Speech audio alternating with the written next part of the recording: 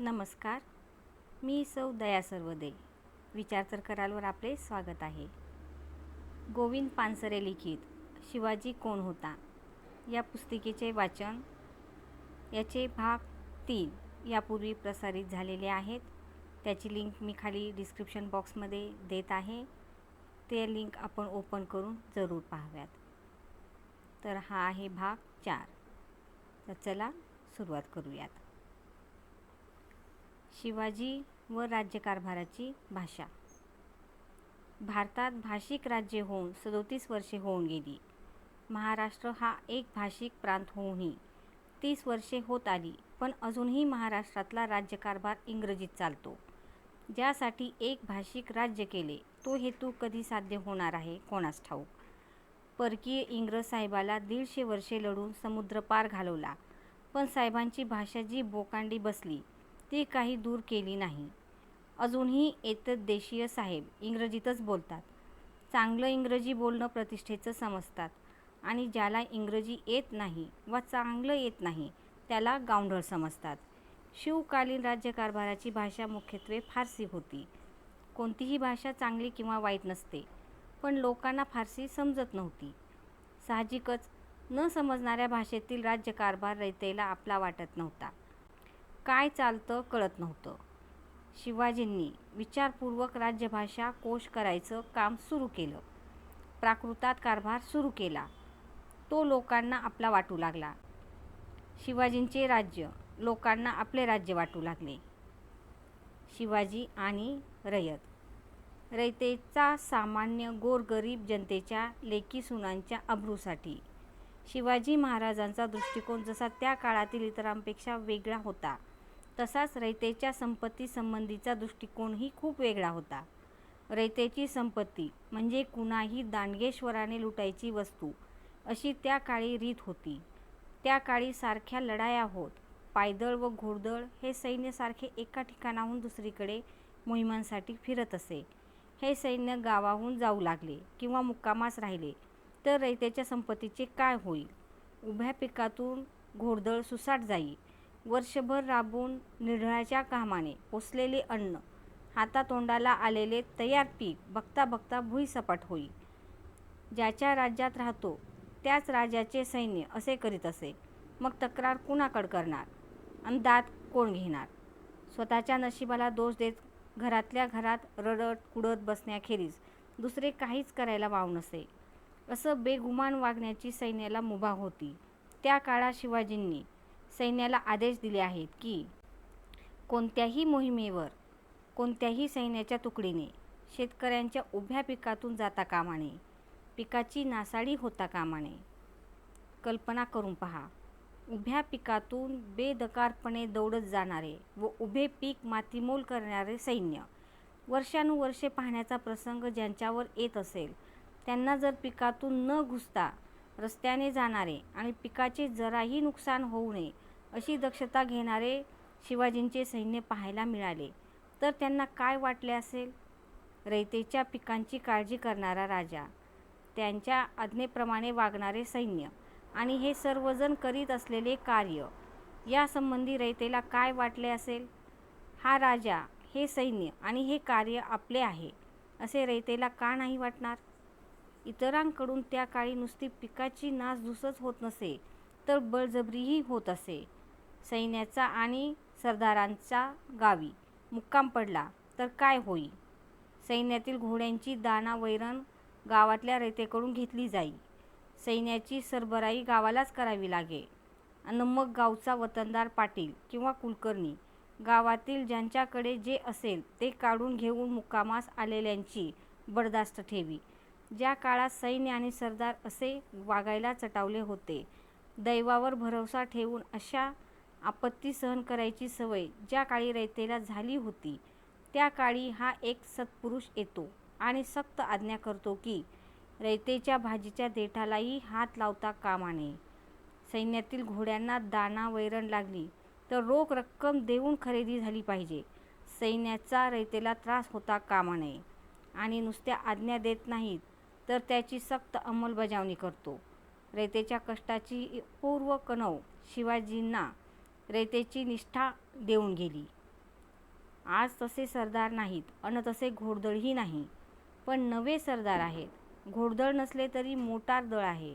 मोहिमेवर नसले तरी आजही हे नवे सरदार मोटारीच्या काफल्यासह पाहणी करण्यास अन भेट देण्यास गावोगावी मुक्कामास असतात. आज हे नवे दळ गावोगाव कसे वागते? सरबराईस कामी आलेल्या कोंबड्यांचे पैसे मालकाला मिळतात का? सरबराईचा खर्च मुक्कामास आलेले नवे सरदार स्वतःच्या मिळणाऱ्या पगारातून अन्न कमाईतून करतात का? गावगणनाचे पाटील, कुलकर्णी अन छोटे अंमलदार रोख देऊन वस्तू खरेदी करतात का? काय करतात हे?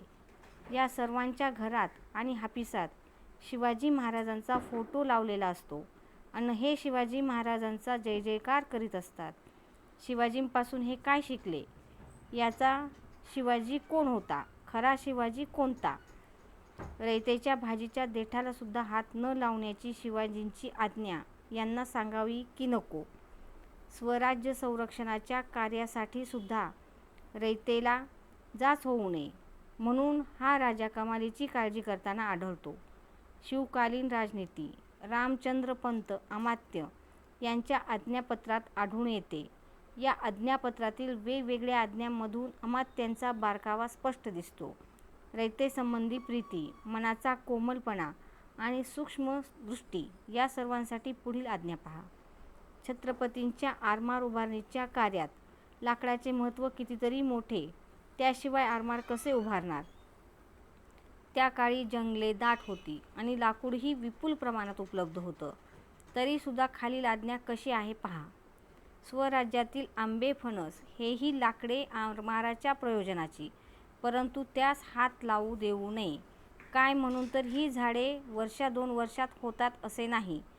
रयतांनी ही झाडे लावून लेकरांसारखी ही बहुत काळ जतन करून वाढविली.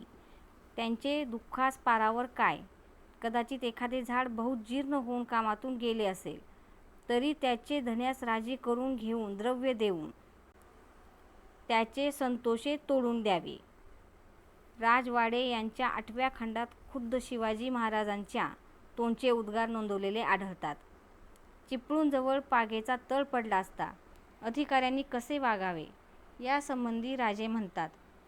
जवळ पावसाळ्याकरिता प्रयासाने साठवलेले गवत पडले आहे.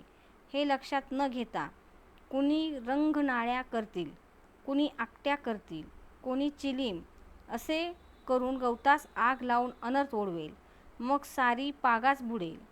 मग घोडी तुम्ही लोकांनी मारली असे होईल. किंवा हे पहा, तुमच्या पदरी पैसा घातला आहे, लागेल तो जिन्नस पैसा खर्च करून बाजारातून आणवावा.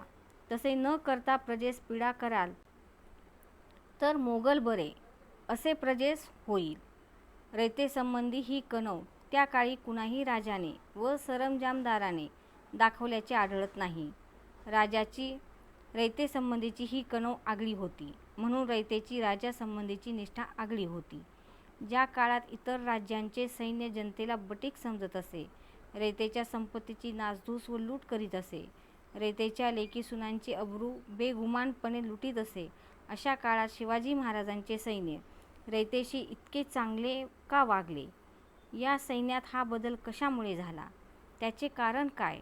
हा प्रश्न फार महत्त्वाचा आहे. या प्रश्नाचे उत्तर नुसते शिवाजी राजांच्या चारित्र्यात सापडणार नाही. केवळ त्यांच्या आज्ञाच या बदलास कारणीभूत होत्या असे म्हणणे अपूर्ण होईल. त्यासाठी या सैन्याची रचना आणि हे सैन्य ज्या हेतूकरता लढत होते ती रचना व तो हेतूच नीट समजून घेतला पाहिजे. शेतकऱ्यांचे सैन्य त्या काळातील इतर राज्यांचे सैन्य हे खडे सैन्य होते. लढाया करणे हाच त्यांचा व्यवसाय होता, उपजीविकेचे साधन होते. 12ही महिने हे सैन्य त्याच कामावर असे. घरादारापासून दूर असलेल्या सैन्यातील शिपाई, कुटुंबापासून व शेतीभातीच्या कामापासून दूर असलेले सैन्य बेगुमानच असते. त्यांना कशाची पर्वा नसते. अशा शिपायात हडेलहप्पी प्रवृत्तीच असते. लग्न झालेले व पोरबाळे असलेले 12माही शिपाईगिरी करणारे रयतेची पर्वा करत नसतात. रयतेच्या संपत्तीची व अब्रूची पर्वा करण्याची मानसिकता त्यांच्यात नसते. शिवाजीचे सैन्य 12माही शिपायांचे सैन्य नव्हते. काही खडे सैन्य होते, नाही असे नाही, पण बहुतेक शिपाई शेतीभाती करीत, बायका मुलात राहत आणि शिपाईगिरीसुद्धा करीत. दसऱ्याच्या दिवशी सीमोल्लंघन करून मुलुगिरीला बाहेर पडायचे आणि अक्षय तृतीयेला पुन्हा घरी येऊन शेतीभातीच्या कामाला लागून बायका मुलात राहायचे असा रिवाज होता. शेतीशी व कुटुंबाशी असे जिवंत व सातत्याने संबंध असणाऱ्या शिपायांची मानसिकता दुसऱ्या शेतकऱ्यांच्या शेतीची व संपत्तीची काळजी करण्याची असते. इतरांच्या लेकी सुनांचा आदर करण्याची असते. दुसऱ्यांची शेती व पिके पाहून त्यांना स्वतःची पिके आठवतात. दुसऱ्यांच्या लेकी सुना पाहून त्यांना स्वतःच्या लेकी सुना आठवतात आणि ते अत्याचार करीत नाहीत, नासधूस व लूट करीत नाहीत, अब्रू घेत नाहीत. शेतीशी जिवंत संबंध असलेल्या मनुष्य लुटारू होत नाही. सैन्यातला शिपाई समाजातल्या कोणत्या थरातून येतो, कोणत्या वर्गातून येतो हे महत्त्वाचे असते. यात दुसरा एक मुद्दा महत्त्वाचा आहे. इतर राजांचे आणि सरदारांचे सैन्य हे लुटारूंचे सैन्य होते. लूट करणे हाच तर त्यांचा हेतू होता. इतरांना राज्ये तरी कशासाठी हवी होती? लुटीसाठीच ना. मग ते लूट करणार नाही तर काय करणार? सैनिकी सामर्थ्याच्या जोरावर चैन करायची हाच ज्यांचा हेतू, ते रयतेच्या अब्रूची व संपत्तीची पर्वा कशी करणार? शिवाजींच्या राज्याचा हेतू, शिवाजींच्या शिपाई बनलेल्या शेतकरी सैन्याचा हेतू लूट करणे नव्हता, तर लूट थांबवणे हा होता. वर्षानुवर्षे केलेल्या लुटीचा, अन्यायाचा प्रतिकार करायला जे सैन्य उभे ठाकले होते, ते लूट कसे करणार? अन्यायाचा प्रतिकार करायला जे उभे राहतात, ते स्वतः अन्याय करीत नसतात. याचा अर्थ शिवाजी महाराजांच्या सैन्याने कधीही आणि कुठेही लूट केली नाही असा नाही. पर मुलखात जाऊन लूट केली होती. सुरतेची लूट तर प्रसिद्ध आहे, परंतु ही लूट करताना गरज म्हणून व आवश्यक म्हणून संपत्तीची लूट केली, इतरांच्या अब्रूची नव्हे. यात आणखी एक मुद्दा आहे. इतर राज्ये सैनिकांना पगार न देता लुटीतला हिस्सा देत. स्वाभाविकच सैनिक जास्तीत जास्त लूट करीत. शिवाजी महाराजांनी सैनिकांना लुटीतला हिस्सा देण्याची रीत रद्द केली. लुटीचा सर्व ऐवज खजिन्यात जमा करायचा आणि सैनिकांना ठराविक मेहनताना द्यायचा, अशी रीत पाडली. यामुळे लूट करण्यात आणि जास्तीत जास्त लूट करण्यात शिपायांचा हित संबंध राहिला नाही. लूट मिळो अगर न मिळो, कमी मिळो अगर जास्त मिळो, सैनिकांना पगार मिळत असे. त्यामुळे उगाच लूट करण्याची, चैनीसाठी लूट करण्याची प्रवृत्ती राहिली नाही. शिवाजी महाराजांचे स्वतःचे शुद्ध चरित्र, जाणीवपूर्वक हेतू मनाशी बाळगून दिलेल्या स्पष्ट आज्ञेचा भंग करणाऱ्यांना जरब बसेल अशा शिक्षा, उत्पादक शेतकऱ्यांमधूनच केलेली सैन्याची रचना, शिपायांचा शेतीशी व कष्टाशी जीवन संबंध, रोख पगार देण्याची रीत आणि सर्वात महत्त्वाचे म्हणजे अन्यायाचा व लुटींचा प्रतिकार करण्याच्या हेतूने सुरू केलेले कार्य, यामुळे शिवाजीचे सैन्य आणि इतर राज्यांचे सैन्य यात फरक होता. महाराष्ट्रातील सामान्य रयतेला शिवाजी महाराजांचे सैन्य हे लुटारू सैन्य वाटत नव्हते, तर लूट थांबवायला निघालेले संरक्षक सैन्य वाटत होते. रयत सैन्याला सहाय्य करीत होती आणि सैन्य रयतेला वाचवत होते. सामान्य जनतेसाठी राज्य चालवण्याकरता सैन्य आणि रयत यांचे संबंध एकत्वाचे असावे लागत. सैन्याची जनतेला भीती वाटता कामा नये. सैन्य आणि जनता हे एकमेकांना पूरक राहतील अशी रचना करावी लागते, तरच यश मिळते. आधुनिक काळातसुद्धा अशी जनता आणि असे सैन्य याची उदाहरणे आहेत. व्हिएतनामचे उदाहरण हे ताजे उदाहरण. व्यापारा उद्योगास संरक्षण. आपल्या राज्यातील वस्तूंचा व्यापार वाढावा म्हणून परराज्यातून येणाऱ्या मालावर जबर कर बसवून स्वदेशी मालाला संरक्षण देण्याचे धोरण सर्व आधुनिक देश वापरीत आले आहेत. परंतु सरंजामशाहीच्या मध्ययुगातसुद्धा शिवाजी महाराजांनी असा कर बसवून देशी व्यापारास व उद्योगास उत्तेजन देण्याचे धोरण स्वीकारले होते असे दिसते. 6 डिसेंबर 1671 रोजी महाराजांनी कोकणातील कुडाळचे सरसुभेदार नरहरी आनंदराव यांना एक पत्र लिहिले आहे. त्या पत्रात महाराज लिहितात, संगमेश्वराहून बारदेशीचे मीठ महागच पडे, ऐसा जकातीचा तह देणे. जरी जबरी जकातीचा तह नेदा, मुलाहिजा कराल म्हणजे कुल उद्मी खळक बारदेशाकडे ओहोडेल, आपली कुळ बंदरे पडतील, ऐसी गोष्ट आहे. तरी रोखा पावेल तेच घटिकेस कुळघाटी जकाती जबर करणे. महाराजांच्या दूरदृष्टीचा हा आणखी एक पैलू आहे. स्वराज्यातील शेतीबरोबरच व्यापार उदीमांचीही काळजी महाराज घेत असत. शिवाजी महाराजांच्या काळात महाराष्ट्रात डच व्यापारी व्यापार करीत होते. त्यांनी व्यापारास परवानगी मागितली, ती महाराजांनी दिली, परंतु काही बंधने लादली. त्यात जकातीचे एक बंधन आहे. शिवाजी महाराजांनी डच कंपनीला 24 ऑगस्ट 1677 रोजी कौलनामा दिला. त्यात म्हटले आहे, जिंजी प्रांताच्या परिसरात डच कंपनीला व्यापार करण्यास परवानगी देण्यात येत आहे. डचांना कड्डलोर येथे मालावर 2.5% जकात भरावी लागेल. सर्व आयात व निर्यात मालाची आगाऊ माहिती दिल्यास अधिकारी मालाची पार्सल तपासणीसाठी उघडणार नाहीत.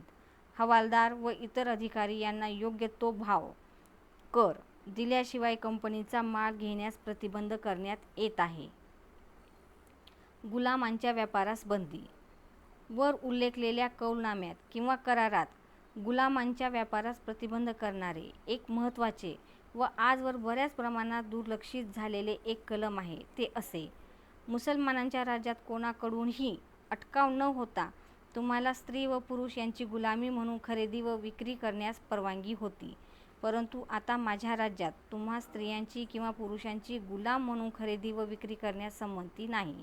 जर तुम्ही तसे करण्याचा प्रयत्न केलात तर माझे लोक तुम्हास प्रतिबंध करतील. हे कलम कटाक्षाने पाळले पाहिजे.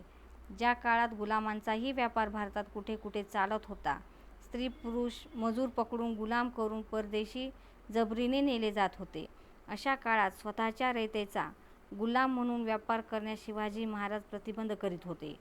सर्व ठिकाणी सर्व बाबतीत रयतेची सर्व प्रकारची काळजी घ्यावयाची, हे शिवाजी महाराजांच्या राज्याचे धोरण होते. हा भाग आपण इथे संपवूयात. लवकरच पुढील भाग घेऊन भेटूयात. धन्यवाद.